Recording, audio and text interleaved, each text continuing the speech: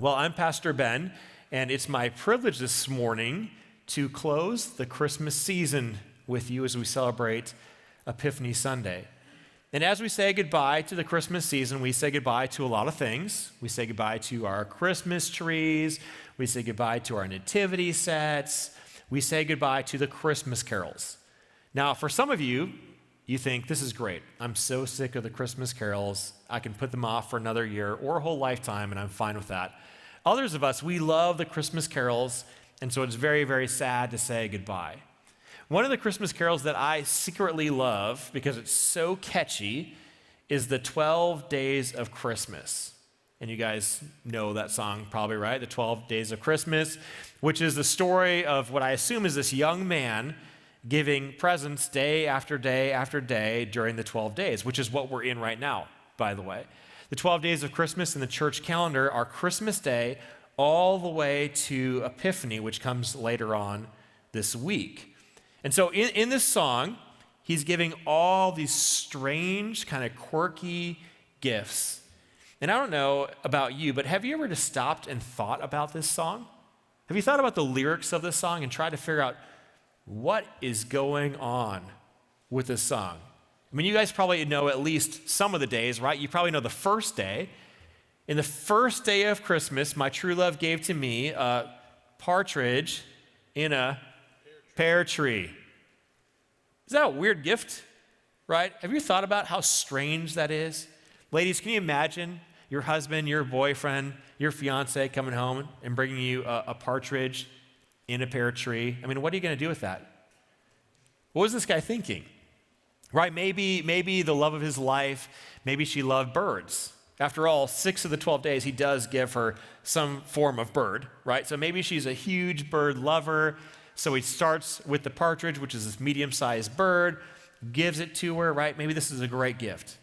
But even if that were so, the pear tree is weird, right? What's the pear tree for? Is it to help transport the bird there without it flying away? Does she love pears? And if she loves pears, what's she going to do with the tree in the dead of winter? Right? You can't plant it. The ground's too hard. There's just a lot of weirdness in this song. So I got to thinking, why? Why is he doing this, right? What's the reasoning behind it? Now, guys, you're going to get this here, but sometimes, not often, rare occasions, we screw up, don't we, when it comes to our significant other?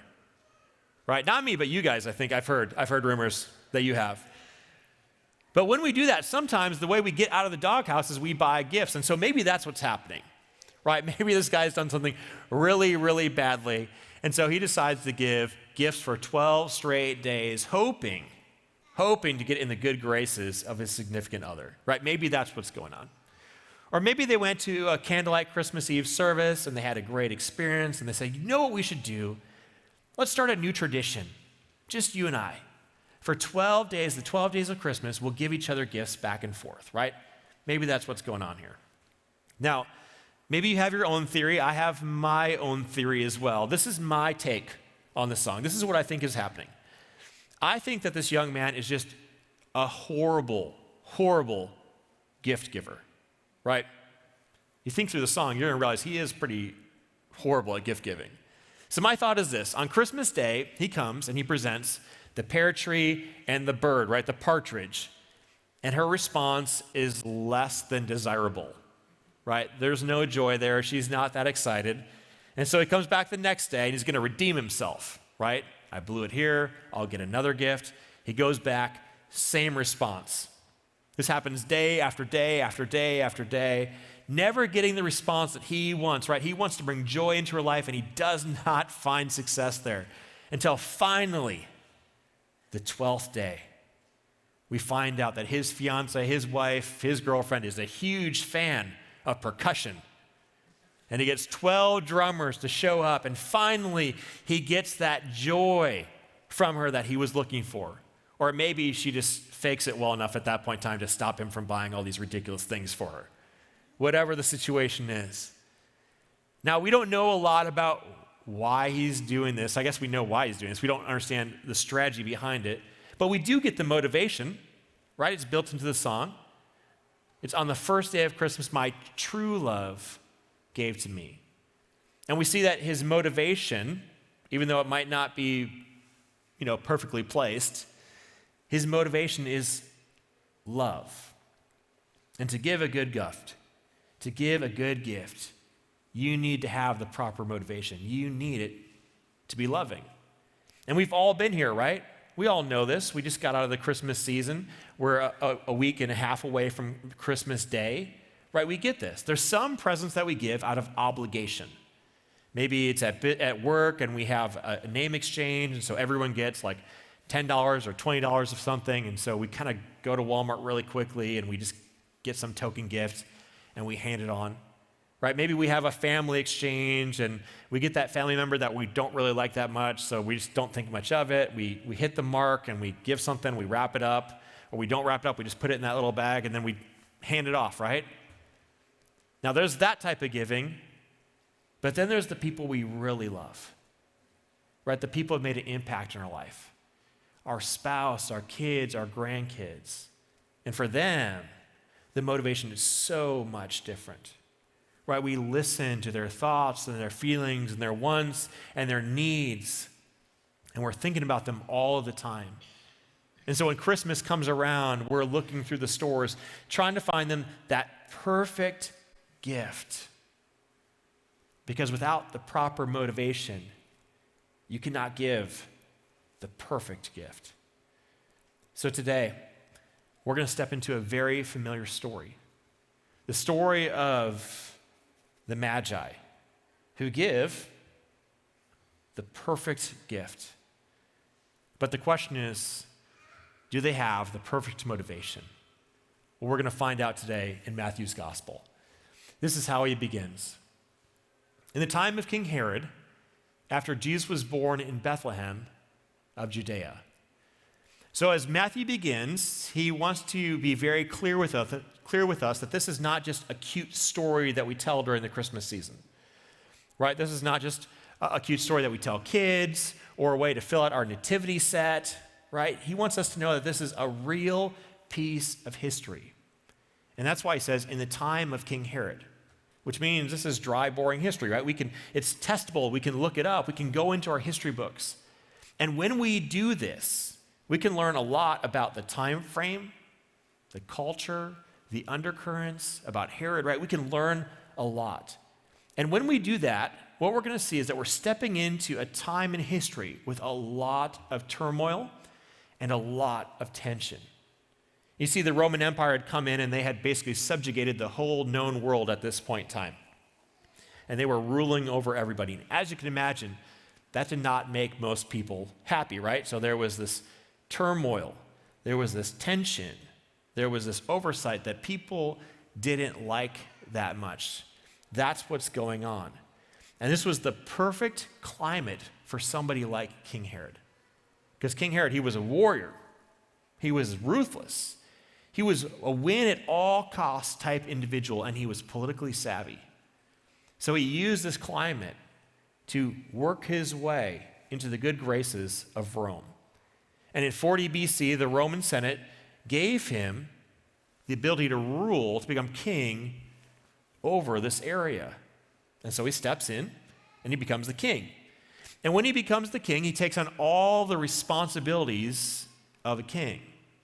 And one of the major responsibilities in the midst of that turmoil and tension is to make sure that Rome is happy and to make sure that your people are falling in line with Rome. You see, for Rome, they had one specific goal.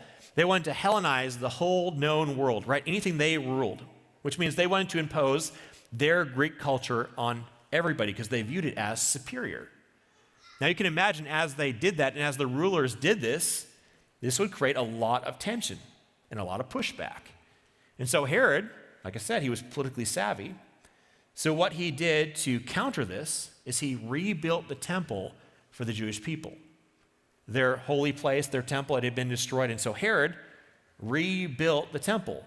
And this allowed him to appease both sides. But this was the climate in this day. This is what's going on. It was turbulence, right? There was tension. It was a difficult time. And this is the time that Christ was born into. A time that many parents probably thought, I think we would have thought, for sure, I don't know if I want to bring a child into this world with everything going on and all the commotion and all the questions. I don't know if this is the best time to bring a child into the world. And I'm sure the parents in that day thought the same thing. But this was the reality that Christ was born into. Well, Matthew continues. Wise men from the east came to Jerusalem asking, "Where is the child who's been born King of the Jews? For we observed his star at its rising and have come to pay him homage." So we get to the final piece of our nativity story here. We have the wise men, or you might have heard of them called the kings. I prefer to call them magi. And we don't really know a lot about these guys. We just know that they've come from a pretty good distance to find the baby Jesus. And I don't know about you, but if I'm going to travel someplace, especially a good distance, there better be a huge payoff on the place that I get, right? There better be a huge payoff when I arrive at this location. Because to go on a great trip, a big trip, requires a lot, right? You have to save up your money. You have to maintenance the vehicle. You have to get your kids ready. You have to pack. You have to get the dogs kenneled, right? You have to do a lot of stuff to go on a big trip. So if you're going to go on a big trip, the payoff, once you arrive, better be there. And for these wise men, they were hoping for the big payoff. In fact, we see their motivation encapsulated in Matthew's writing here. He says their goal, their hope, their motivation was to pay him homage. They wanted to honor Jesus. In other words, what they wanted from all the sacrifices that they were making during this trip was to be a part of a bigger story. They wanted to be a part of a bigger story. They wanted to be a part of the story of this king that they had read about in the prophecies. Right? They attached all these prophecies to Jesus, and they kind of heard the rumors, and they knew something special was afoot, and they wanted to be a part of it. And so when they saw the star, they knew there was an intimate connection between the star and the Messiah in Numbers 24, they thought, we got to give this a shot. There's a chance for a big payoff, a big story that we can be a part of. You see, I think that's part of the human condition.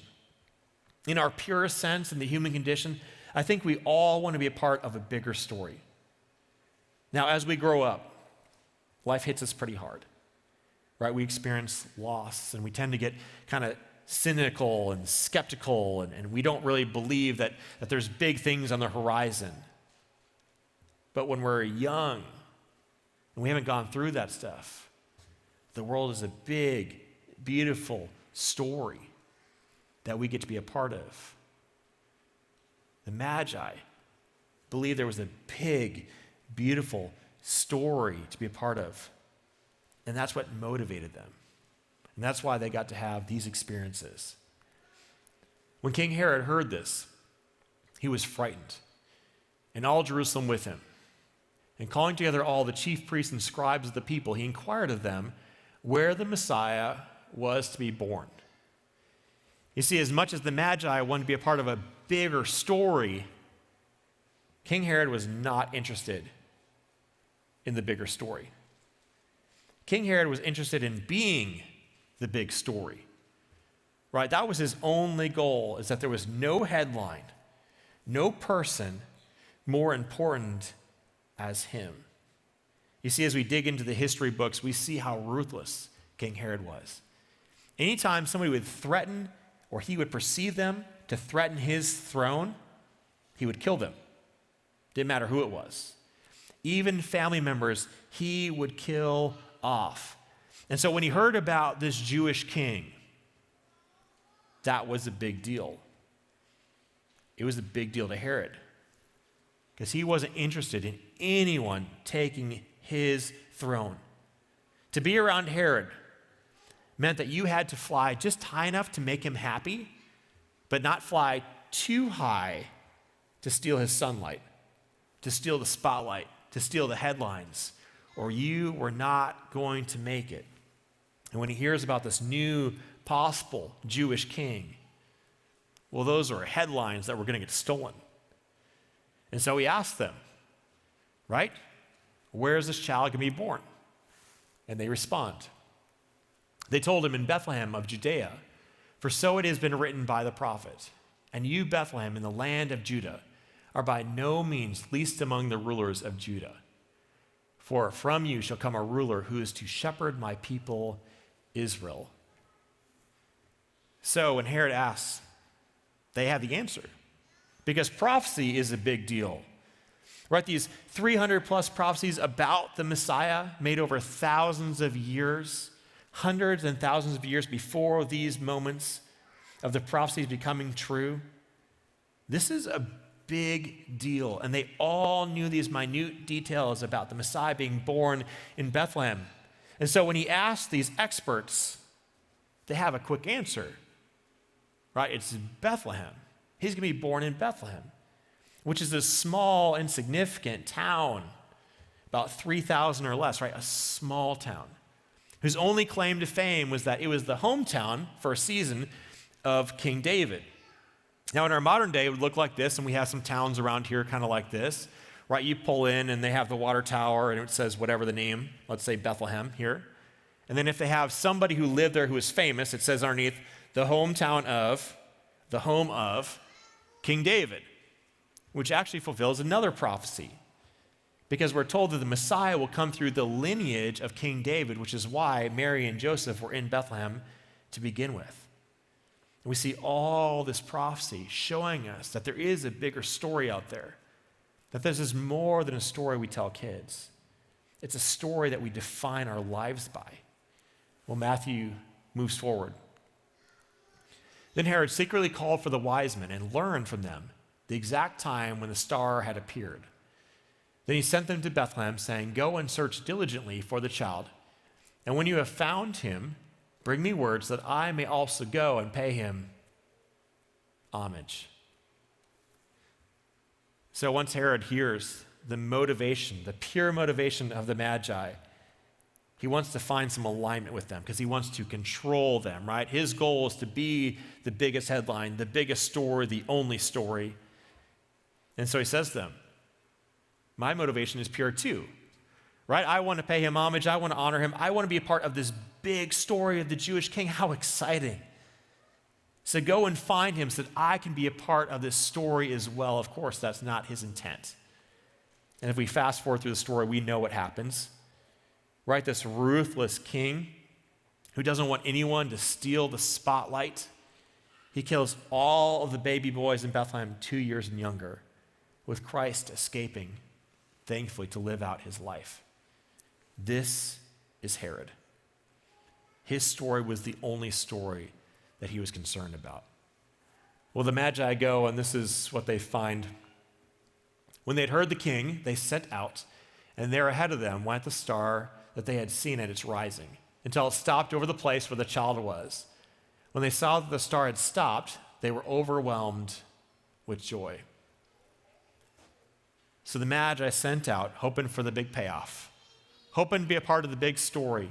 They had followed the prophecy, they had made it to Bethlehem, and there was the baby boy.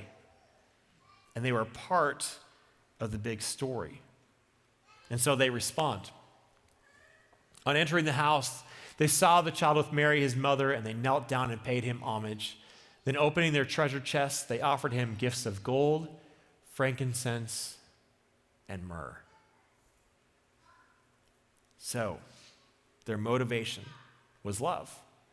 Their motivation was to be a part of the bigger story, and so they offered these beautiful gifts that there's no way they probably could fully understand the depth of these gifts.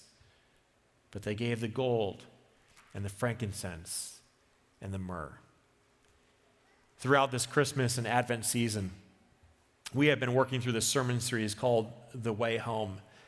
And we spent a lot of time and a lot of energy talking about how the Christ child is the way home, how he grows up and he dies on the cross for our sins, which opens up this avenue to be in perfect relationship with the Father, which allows us to be part of the family, and in the end, we all get to go home. We spent a lot of time talking about that. And that's a big story.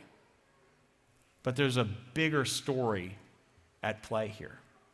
There's a bigger story available to us. You see, while we wait for that, we spend our days here. And as we step into a new year, 2021, I have a serious question for you. What's your motivation? What's your motivation going into 2021? If I put you on a spectrum, are you more like King Herod, or are you more like the Magi? Has your motivation in the past or in the present, has it been about being the biggest story? It all had to be about you. No one could steal your headline, and if they did, you had to find some way to squash them down so it was all about you. You wouldn't listen to anybody. It was your sole focus to be the big deal. Even when God came calling, you didn't want any part of that. Do you find yourself on this side of the spectrum? Or do you find yourself over here with the Magi, who their sole goal was just to be a part, a small dot, a footnote of the big story? That they would take the risk, invest their money, take the time off, travel to an unknown destination, hoping for the big payoff? Or do you find yourself more like this, with that childlike wonder, that human, pure human spirit of just simply wanting to be a part of the bigger story? You see, as believers, when our motivation is right, we have this beautiful gift from God to be welcomed into his big, beautiful master plan of redemption for humanity, where we get to invest our time, our talent, our treasure, and be a part of something so much bigger than us. But it requires the proper motivation to offer our lives as a beautiful gift. So this 2021, I want to invite you into God's beautiful story that's so much bigger than each and every one of us. Let's pray.